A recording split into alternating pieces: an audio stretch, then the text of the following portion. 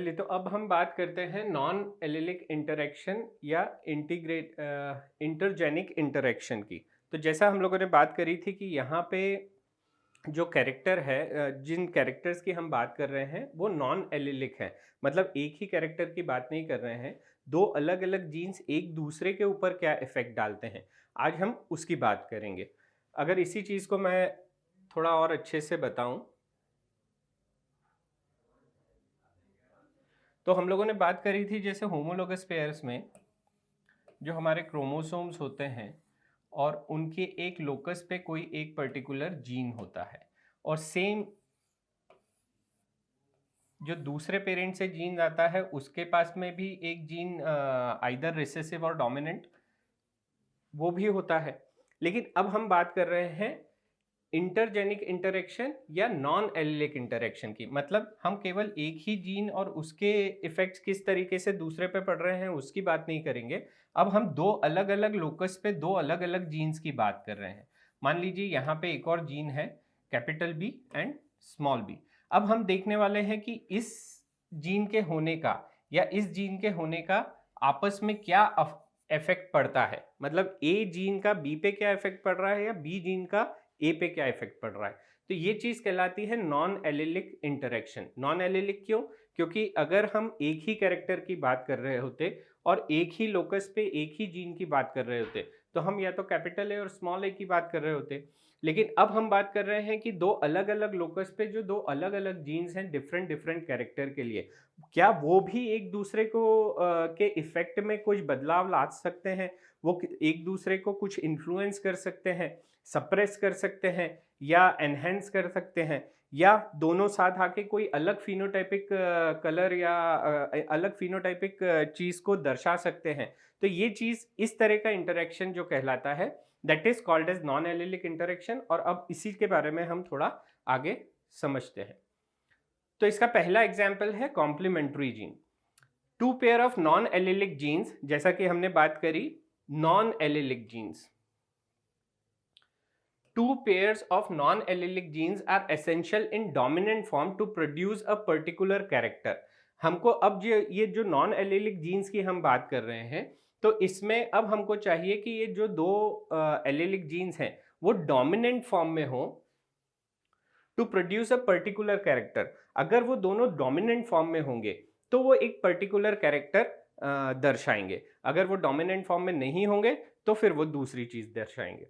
तो जैसा कि हम लोगों ने डाई हाइब्रिड क्रॉस में कहा था, और डाई हाइब्रिड क्रॉस को जब हम पढ़ रहे थे तब हम लोगों ने ये बात भी करी थी कि जो डाई हाइब्रिड क्रॉस के रेशियोज होते हैं 9:3:3:1, और उसमें हमारा जो जीनोटाइप होता है उस चीज को थोड़ा सा हम लोगों को ध्यान में रखने की जरूरत पड़ेगी, तब जाके हम इन नॉन एलिलिक इंटरेक्शन की, क्योंकि यहाँ पे भी हम दो अलग अलग जीन्स की बात कर रहे हैं और वो दोनों एक दूसरे पे क्या इफेक्ट डाल रहे हैं, तो उस चीज को समझने के लिए वो रेशियोज का ध्यान होना हमारे लिए जरूरी है। 9:3:3:1, और उसमें भी जो 9 कंडीशन बन रही थी हमारी, उसमें हमने देखा था कि दोनों ही जीन्स, दोनों डाईहाइब्रिड क्रॉस की बात कर रहा हूं मैं, कि दोनों डाईहाइब्रिड क्रॉस में जो दो कैरेक्टर हमने लिए थे, दोनों के अगर एक एक भी जीन डोमिनेंट कंडीशन में होता है तो ऐसे हमको चीजें मिलती हैं 9। उसी की जगह अगर एक के हमारे दोनों जीन रिसेसिव हैं और एक के हमारे दोनों डोमिनेंट है तो हमको मिलता है रेशियो 3।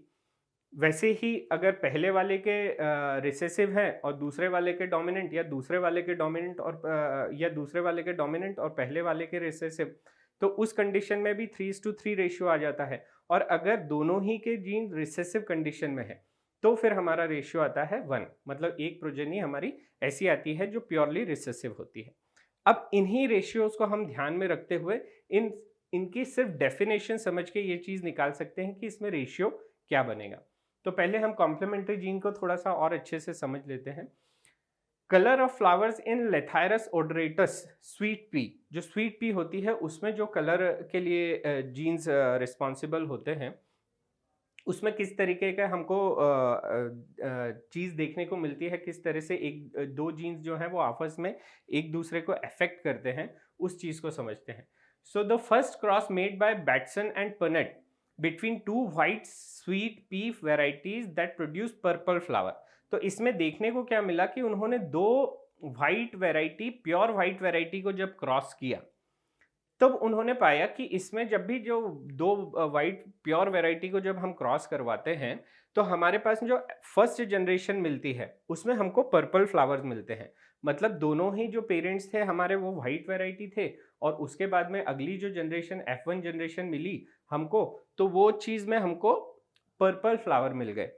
तो अब ये चीज़ कैसे हो सकती है? अगर हम खुद भी ये चीज़ सोचना चाहें कि ये चीज़ हुई कैसे होगी? क्योंकि यहाँ पे व्हाइटनेस के लिए अगर डोमिनेंट जीन है, और यहाँ पे भी वही व्हाइटनेस के लिए डोमिनेंट जीन है, लेकिन वही जीन अगर यहाँ पे आया है, तो इसका मतलब ये भी व्हाइट होना चाहिए था, क्योंकि व्हाइट कलर के लिए यहाँ डोमिनेंट, तो वही व्हाइट कलर यहाँ आना चाहिए।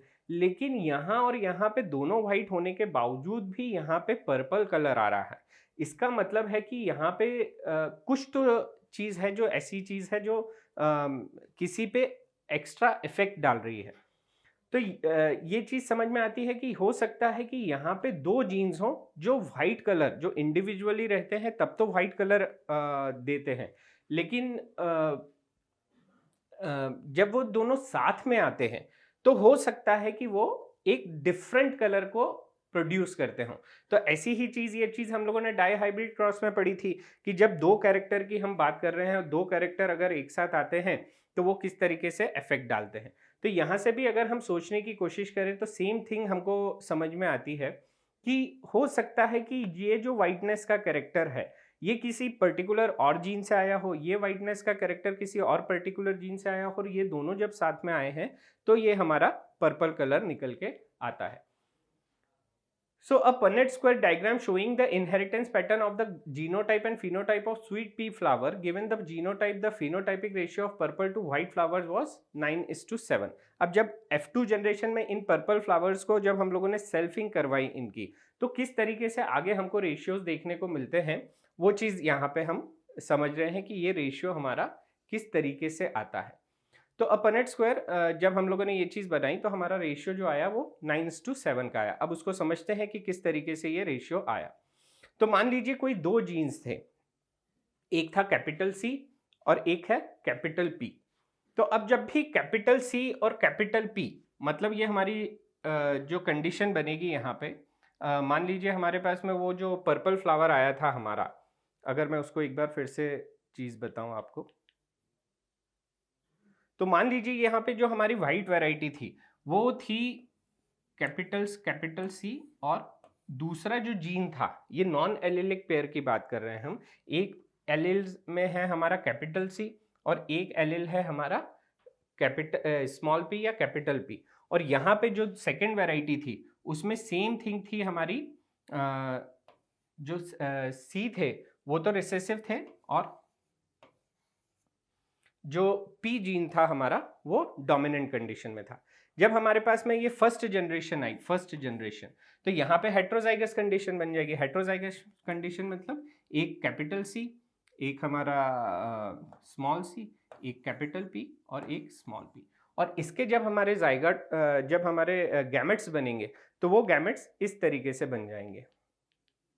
चार डिफरेंट काइंड्स ऑफ गैमेट बनेंगे, capital C P, capital C small P, capital small C capital P, और स्मॉल सी स्मॉल पी।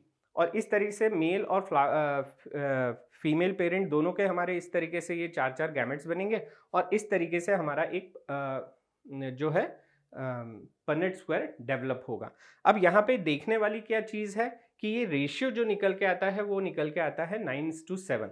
अगर हम यहीं से डेफिनेशन को ही समझने की कोशिश करें, क्योंकि ये जो प्रोसेस है ये तो टाइम कंज्यूमिंग है, ये आप कभी भी बना के आराम से अपने पास में ये चीज़ देख सकते हैं, लेकिन अगर हम डेफिनेशन को ध्यान से पढ़ें और उसको समझने की कोशिश करें तो हम ये रेशियो अपने आप ही समझ सकते हैं कि ये कैसे निकला होगा।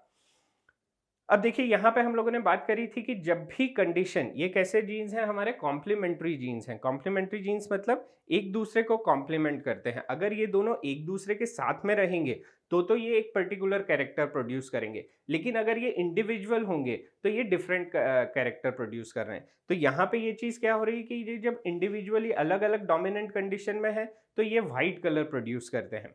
रिसेसिव होते हैं तो भी वाइट कलर प्रोड्यूस करते हैं, लेकिन जब ये दोनों एक साथ आते हैं तो एक दूसरे को कॉम्प्लीमेंट करते हैं, और कॉम्प्लीमेंट करने के कारण, एक दूसरे के साथ में आने के कारण ये शो करते हैं एक पर्टिकुलर डिफरेंट कलर। तो वो चीज यहाँ पे क्या है, पर्पल। तो जब कैपिटल सी इंडिविजुअली रहेगा विथ रिसेसिव पी, तो वो व्हाइट कलर प्रोड्यूस करेगा। अगर कैपिटल पी मतलब डोमिनेंट पी रहेगा विथ अ रिसेसिव सी, तब भी वो चीज क्या प्रोड्यूस करेगा, व्हाइट कलर प्रोड्यूस करेगा। स्मॉल सी स्मॉल पी भी अगर दोनों ही एलिल्स में स्मॉल सी स्मॉल पी रहेंगे, मतलब homozygotic condition for a recessive character, तब भी वो चीज क्या प्रोड्यूस कर रहे हैं, व्हाइट। लेकिन जब वो दोनों डोमिनेंट कंडीशन में एक दूसरे के साथ आते हैं, तब वो चीज प्रोड्यूस करते हैं एक डिफरेंट कलर, कॉम्प्लीमेंट करते हैं एक दूसरे को और पर्पल कलर करवाते हैं। तो अब अगर हम डाइहाइब्रिड क्रॉस की बात करें और उस रेशियो की बात करें 9:3:3:1, तो हम लोगों ने बात करी थी कि 9:3:3:1 में जो 9 प्लांट्स होते हैं उनका जो जीनोटाइपिक होता है उसमें कम से कम पहले कैरेक्टर के लिए एक डोमिनेंट जीन होता है, सेकंड डोमिनेंट भी हो सकता है, रिसेसिव भी, और दूसरा जो जीन होता है, दूसरा जो कैरेक्टर की हमने बात करी थी, उस कैरेक्टर का भी कम से कम एक जीन तो डोमिनेंट होता ही है। इस तरीके से ये हमारे 9 जो प्लांट्स हैं निकल के आते हैं। तो यहाँ पे भी यही चीज हम लोगों ने नोटिस करी कि दोनों जो व्हाइट कलर की चीजें हैं उसके लिए, जो पर्पल कलर के लिए, सॉरी, जो पर्पल कलर के लिए हमको चाहिए कंडीशन, उसमें दोनों ही जीन अपनी डोमिनेंट स्टेट में होना ही चाहिए। एटलीस्ट एक एक पोजीशन पे वो डोमिनेंट स्टेट में होना चाहिए। लेकिन अगर कोई भी ऐसी कंडीशन में हुआ कि केवल एक ही डोमिनेंट है और दूसरा जो है वो दोनों ही, दूसरा जो जीन है वो दोनों ही रिसेसिव कंडीशन में है, तो ऐसी कंडीशन जब भी आएगी उस कंडीशन में जो हमारा कलर होगा वो व्हाइट ही होगा।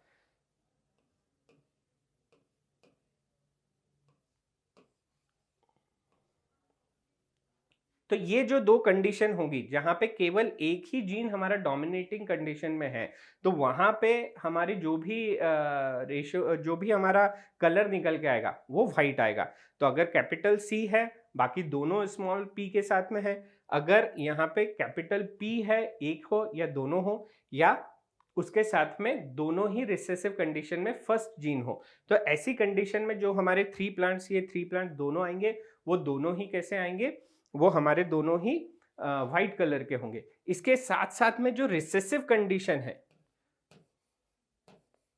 जिसका एक प्लांट आता है, वो भी किस कंडीशन में आएगा, वो भी व्हाइट कंडीशन में आएगा। लेकिन जब ये सी और पी दोनों ही जीन एक साथ मौजूद होंगे, तब हमारे पास में कैसा कलर आएगा, पर्पल।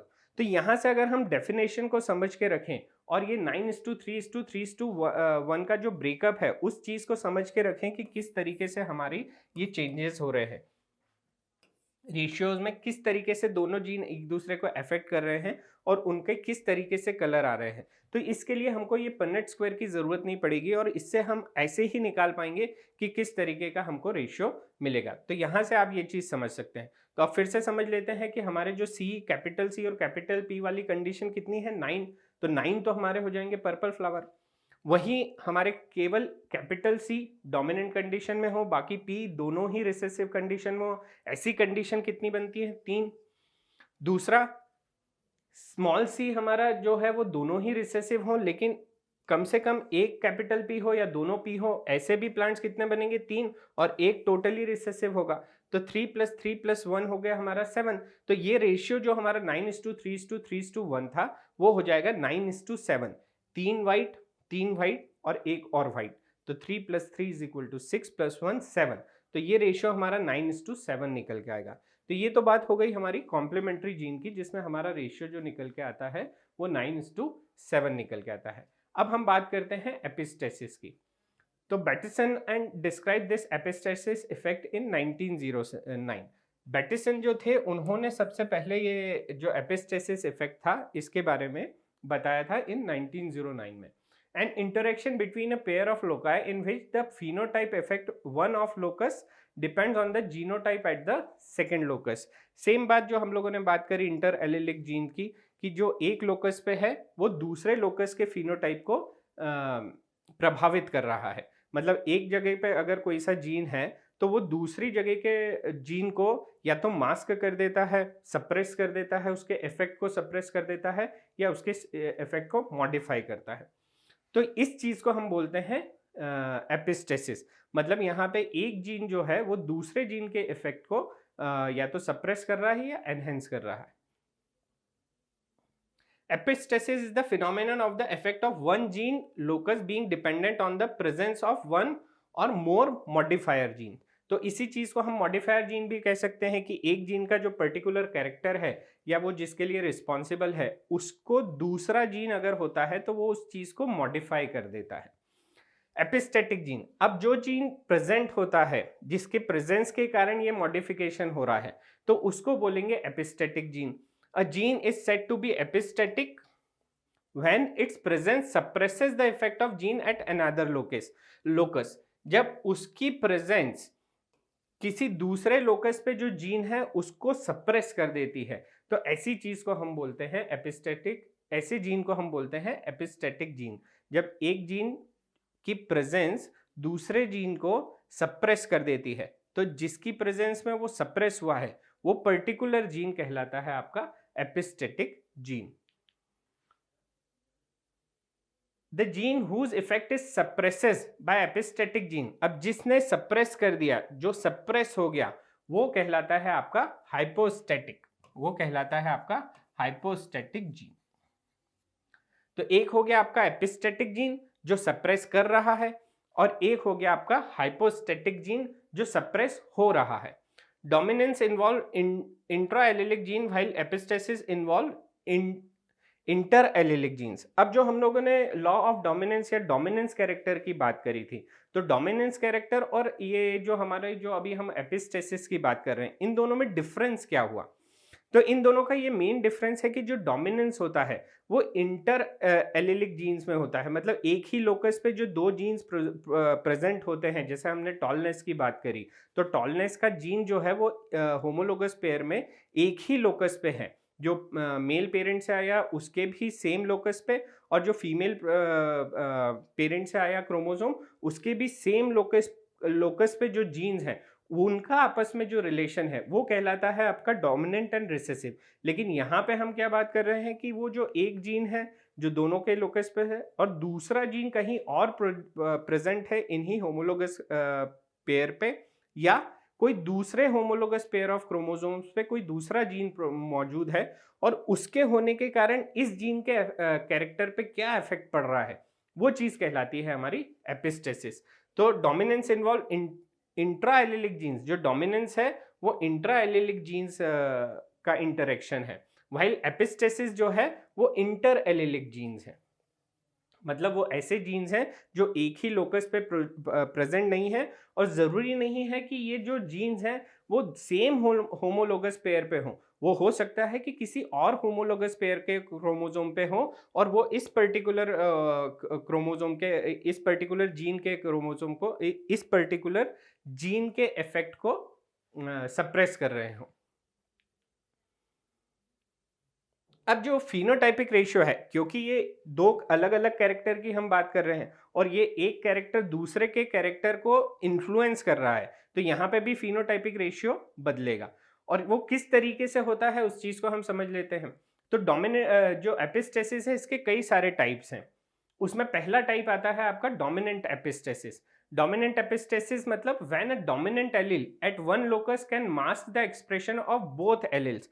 मतलब एक जो डोमिनेंट एलील है, when a dominant allele at one locus किसी एक लोकस पे प्रेजेंट है, can mask the expression of both alleles dominant and recessive at another locus.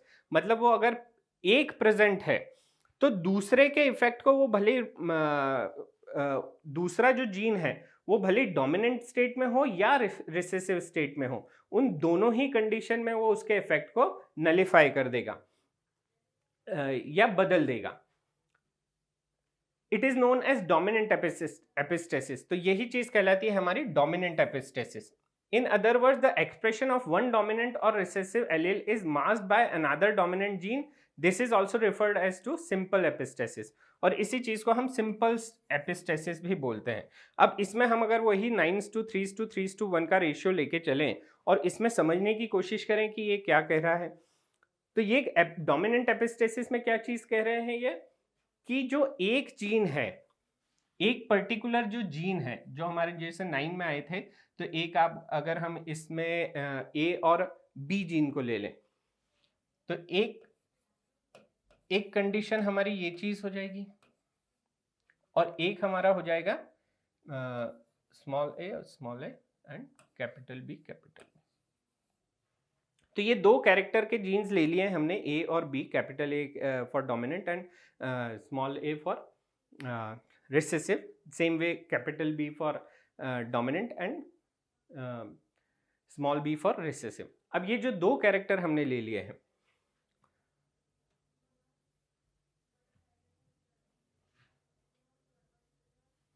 अब इनको जब हम आपस में क्रॉस करवाएंगे तो फर्स्ट जनरेशन जो F1 जनरेशन में मिलेगी वो हमारी हेट्रोजाइगस कंडीशन होगी, A capital B and small B. तो ये जो हमारी हेट्रोजाइगस कंडीशन आएगी, अब इस हेट्रोजाइगस कंडीशन से जब हम इसी को सेल्फिंग करवाएंगे और आगे इसके इफेक्ट्स देखेंगे, तो हमने जो डोमिनेंट एपिस्टेसिस की डेफिनेशन से समझा कि अगर कोई भी एक डोमिनेंट जीन भी अगर मौजूद है तो वो दूसरे को किसी भी कंडीशन में हो सप्रेस कर देता है, उसके इफेक्ट को सप्रेस कर देता है. मतलब नॉट 9 तो ऐसी स्टेट हो गई जहां पे हमारे जो दोनों जीन्स थे उनका कम से कम एक एक चीज जो है वो डोमिनेटिंग जीन रहेगा. तो ऐसे तो 9 प्लांट्स तो हमको ऐसे मिल जाएंगे, लेकिन उसके साथ में ये चीज ये भी कह रहा है कि भले ही ये अगर डोमिनेंट स्टेट में है तो वो एक ही जैसा इफेक्ट प्रोड्यूस करेगा. मतलब तीन जो अगले तीन हमारे जो चीज होंगी जहां पे अगर हमारा डोमिनेंट जीन ए ही है, बरकरार ए है, तो तीन हमको और ऐसे चीज मिल जाएंगी जिसमें हमको सेम कैरेक्टर जो 9 में दिखेगा वही देखने को मिलेगा. क्यों? क्योंकि अगर वो दोनों कंडीशन दोनों एक साथ हैं तो भी वो ए का ही इफेक्ट दिखाएगा, ए अगर डोमिनेंट स्टेट में है तो भी वो ए का इफेक्ट दिखाएगा. तो तीन और हमारे ऐसी चीज हो जाएंगी.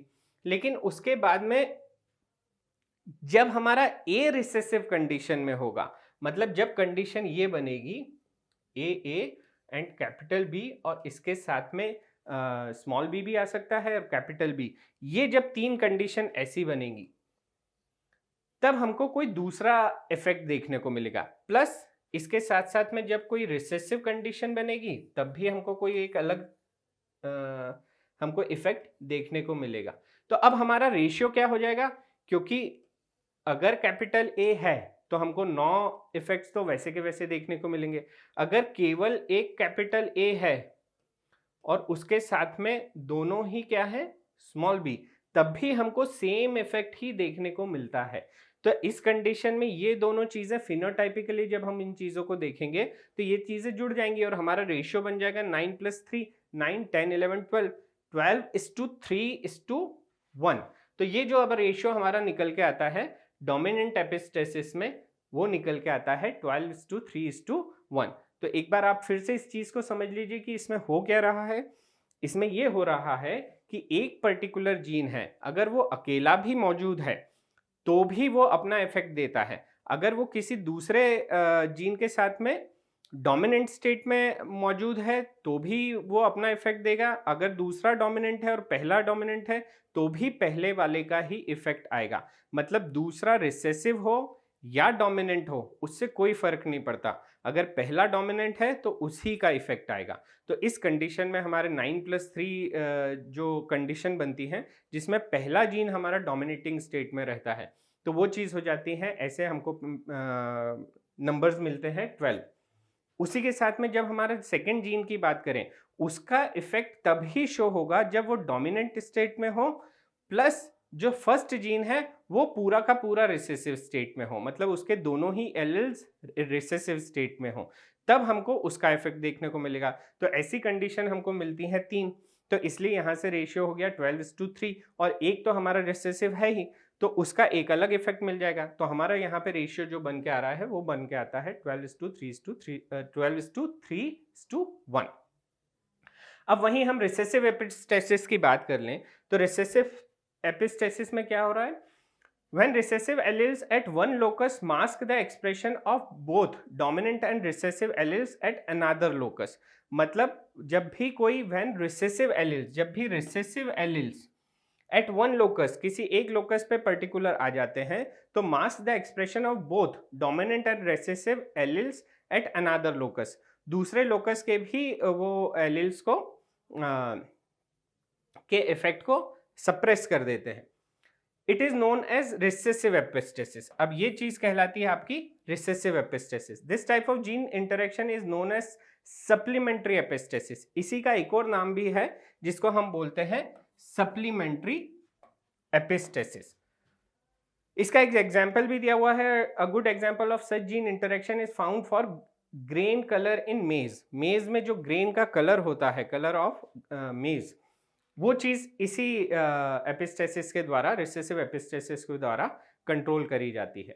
तो अब इसमें क्या चीज होगी? जब भी रिसेसिव जीन मौजूद होगा, अगर वो जीन रिसेसिव कंडीशन में मौजूद है तो वो दूसरे के इफेक्ट को नलिफाई कर देगा। तो इसमें जो रेशियो निकल के आता है वो निकल के आता है हमारा 9:3:4 का। 9 तो जो कंडीशन हो जाएंगी सेम आपका जो डोमिनेटिंग स्टेट में है, दोनों ही जीन अगर डोमिनेटिंग स्टेट में है तो वो एक नया इफेक्ट दिखाएंगी।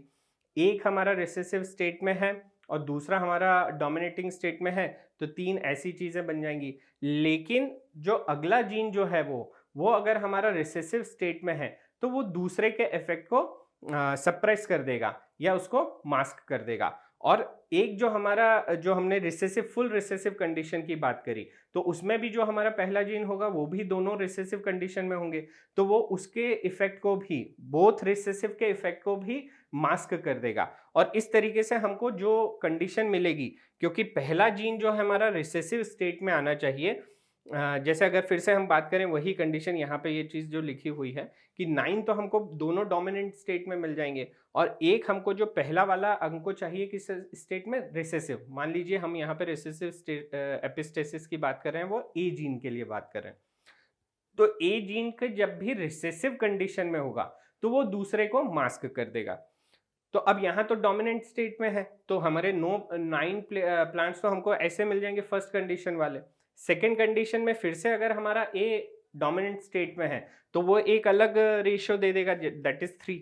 लेकिन अब जब हमारा ये जो जीन है, ये पर्टिकुलर जीन दोनों ही रिसेसिव स्टेट में हो जाते हैं, उस कंडीशन में ये बी के इफेक्ट को मास्क कर देता है। मतलब बी जो डोमिनेटिंग स्टेट में भी आ गया है लेकिन उसको भी वो अपना कैरेक्टर नहीं दिखाने देगा, उसके कैरेक्टर को वो मास्क कर देगा। जब भी ए जीन अपनी रिसेसिव स्टेट में होगा, बोथ रिसेसिव स्टेट में होगा, तो वो एक पर्टिकुलर जीन का, भले ही वो डोमिनेंट हो या रिसेसिव हो, इन बोथ कंडीशंस वो उसके इफेक्ट को मास्क कर देगा। तो रिसेसिव एपिस्टेसिस में अब जब ये कंडीशन बन के आती है तो वो बी के इफेक्ट को प्रदर्शित नहीं होने देगा। तो इसलिए जो हमारे 3 जो बी के डोमिनेटिंग स्टेट में जो कैरेक्टर दिखना चाहिए था, अब वो चीज नहीं दिखेगी। प्लस जो हमारा फुल रिसेसिव कंडीशन बनती है वो भी इसके साथ में, क्योंकि ये वाला जीन हमारा दोनों रिसेसिव है, तो वो ये और इस दोनों ही इफेक्ट को मास्क कर देगा और अपना इफेक्ट लेके आएगा। तो ऐसे प्लांट्स हमको कैसे मिलेंगे? 4। तो हमारे जो रिसेसिव एपिस्टेसिस में रेशियो निकल के आता है वो निकल के आ जाएगा 9:3:4 का।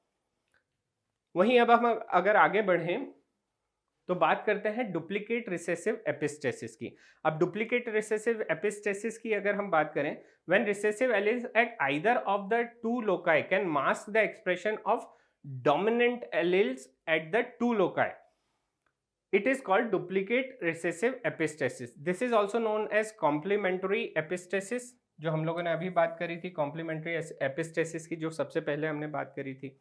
The best example of duplicate recessive epistasis is found in flower of sweet pea, जो हम लोगों ने फर्स्ट एग्जाम्पल देखा था complementary epistasis का, उसी का रेशियो की बात कर रहे हैं 9:7। मतलब जब दोनों एक साथ हैं तो वो एक अलग कैरेक्टर दिखाते हैं, एक अलग चीज़ दिखा रहे हैं। लेकिन अगर दोनों इंडिविजुअली हैं या दोनों ही रिसेसिव कंडीशन में हैं तो वो दिखाते हैं एक अलग कैरेक्टर। तो ये चीज़ कहलाती है हमारी कॉम्प्लीमेंट्री एपिस्टेसिस। चलिए, तो अब हम बात करते हैं डुप्लीकेट डोमिनेंट एपिस्टेसिस की। तो डुप्लीकेट डोमिनेंट एपिस्टेसिस में जो चीज़ होती है, जो हमको रेशियो निकल के आता है, वो आता है 15:1 का। तो अगर हम बात करें डुप्लीकेट डोमिनेंट, मतलब ही क्या हुआ कि जो हमारे जो हमने बात करी थी कि जो 9 डाइहाइब्रिड क्रॉस में हमारे 9:3:3:1 के रेशियो को ही पकड़ के हम लोग चल रहे हैं। तो जो 9 कंडीशन थी हमारी, उसमें 2 जो प्लेसेस थी, उस पे दोनों ही कैरेक्टर के जीन्स जो थे हमारे डोमिनेटिंग स्टेट पे थे।